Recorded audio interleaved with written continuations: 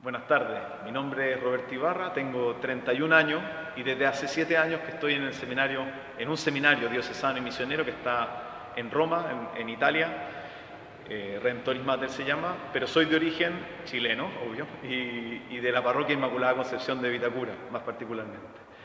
Y en este contexto del mes de la vocación, el Padre Javier me ha pedido si podía dar brevemente mi testimonio de mi vocación. Mi vocación nace, en primer lugar, del bautismo, que puede sonar una cosa obvia, pero para mí no es nada de obvio porque esa es la primera certeza que yo tengo en mi corazón, que el Señor me ha elegido como cristiano desde el momento de mi bautismo, desde niño. Yo nací en una familia cristiana que me transmitió la fe.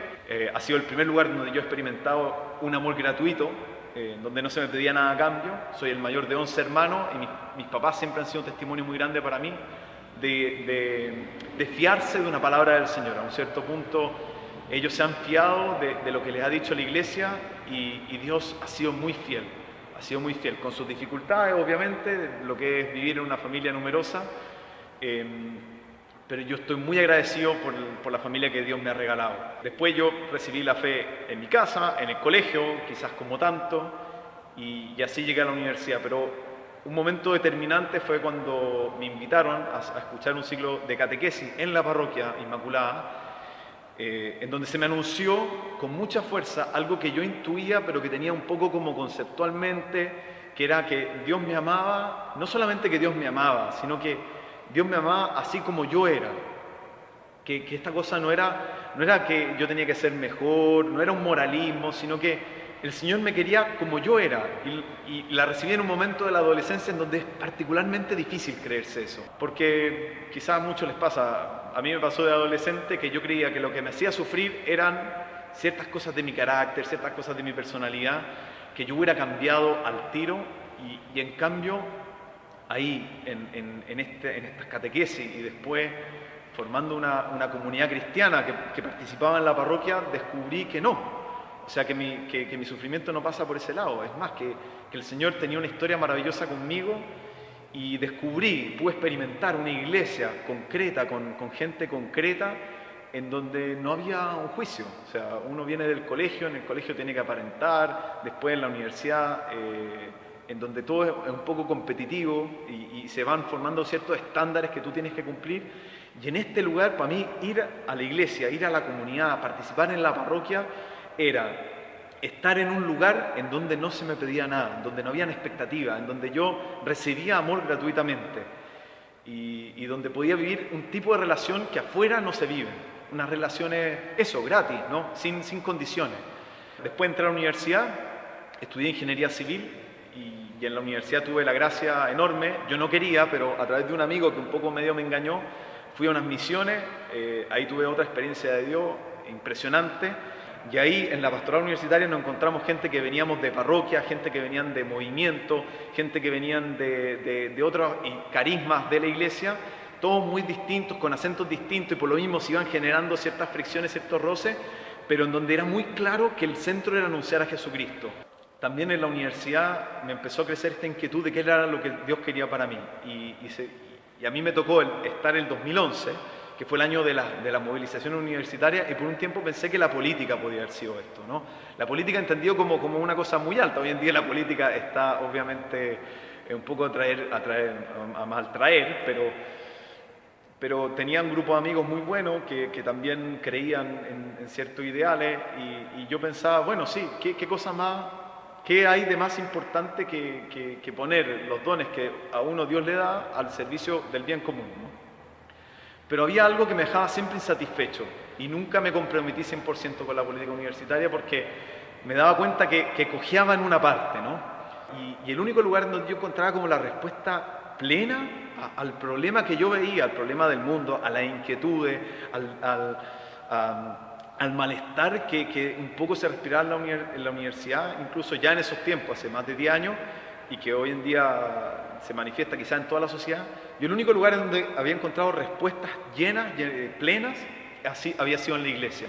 En la iglesia así como era, la iglesia herida, la iglesia con los escándalos que todos conocemos, pero en esa iglesia no en la iglesia de los diarios, no en la iglesia de Twitter, no en la iglesia que aparece en los medios, sino que en la iglesia como yo lo había experimentado, en mi casa, en mi parroquia, con los párrocos que yo conocí, con los sacerdotes que el Señor me puso en el camino y con la comunidad de hermanos en la fe. Bueno, esa gente concreta, con vidas concretas, con luchas concretas, con cruces concretas, en ese lugar yo había encontrado esta respuesta a esta inquietud que había en mi corazón.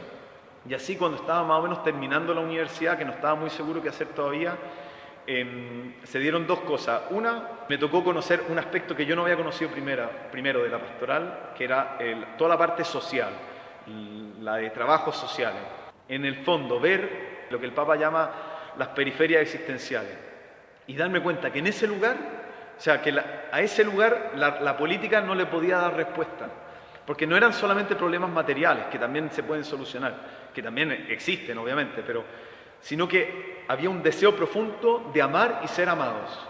Y yo el único lugar en donde he visto eso en plenitud ha sido en la iglesia, en ninguna otra parte. Porque el Estado puede hacer mucho bien o puede hacer mucho mal también, pero el Estado nunca te puede amar, nunca te puede dar esa respuesta, y Jesucristo sí. Y se me empezó un poco a iluminar esto. Y yo estaba dejando un poco que mi vida fuera en esta vorágine de trabajo y de actividades, hasta que hubo también un hecho muy doloroso en mi familia, la muerte de una persona muy querida, que me hizo chantar la moto, me hizo cuestionarme la seriedad con que yo estaba llevando adelante las cosas y preguntarme ya más seriamente, porque yo ya arrastraba un poco esta pregunta, bueno, si Dios me llama a esto, entonces ¿qué pasa? Porque la pregunta que yo tenía en el corazón era, ¿y si es verdad? O sea, ¿y si es verdad que Dios se encarnó? Si es verdad que Dios no es que Dios no es indiferente a mi sufrimiento y al sufrimiento que me ha tocado ver, al sufrimiento del mundo, a esta sed que tiene el mundo. Yo, no sé, leo los diarios, salgo para afuera y veo un mundo que grita una necesidad del bien, la necesidad de la belleza, la necesidad del amor, de amar y ser amado, y que no sabe dónde buscarla y que la busca en maneras totalmente desordenadas. Bueno, y si es verdad que Dios se encarnó, y si es verdad que Jesucristo murió por mí, por mis pecados, y que la muerte ha sido vencida, y si es verdad que esa victoria, ese misterio pascual, hoy en día no es solamente una historia, no es solamente un modelo moral, sino que tiene poder hoy en mi vida. Si todo eso es verdad,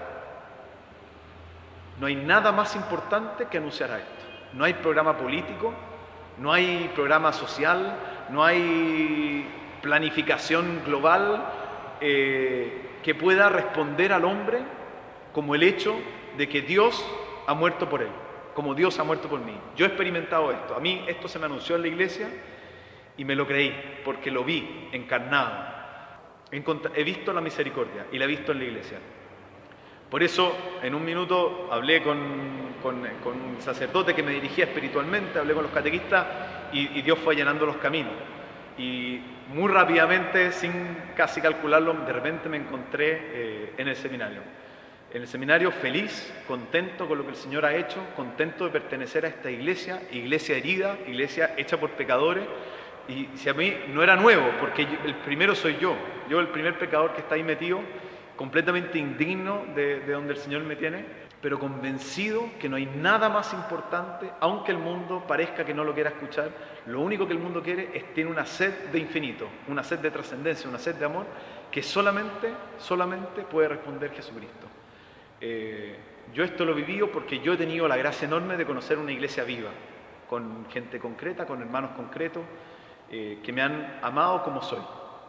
Y esto solamente se da porque existe el Espíritu Santo. No los lateo más, ya llevo 10 minutos, me dijeron que el video tenía que ser corto, pero yo los invito a que recen por los sacerdotes, que recen por el Padre Javier, que recen por Don Celestino, nuestro obispo, que recen por el Papa. Esto no es solamente porque los sacerdotes están en crisis y las familias están fantásticas, no, yo veo que es para los dos lados. O sea, las familias están en dificultades, la vida consagrada está en dificultad y tenemos que rezar unos por otros porque somos el cuerpo de Cristo, somos una unidad. Cuando una pata cojea, todo el cuerpo cojea. Si el día de mañana el Señor me llama al ministerio, va a ser para sostener fundamentalmente a la familia. No va a ser para tener una presencia social. Seguramente probablemente la iglesia se vaya transformando cada vez más en un grupo pequeño, pero en ese grupo pequeño va a ser sostener a las familias cristianas que quieran educar a sus hijos en la fe, que cada día va a ser más difícil, y para esto va a ser necesario anunciar a tiempo y a destiempo, como dice San Pablo, el amor de Dios. Les mando un abrazo, recen por mí.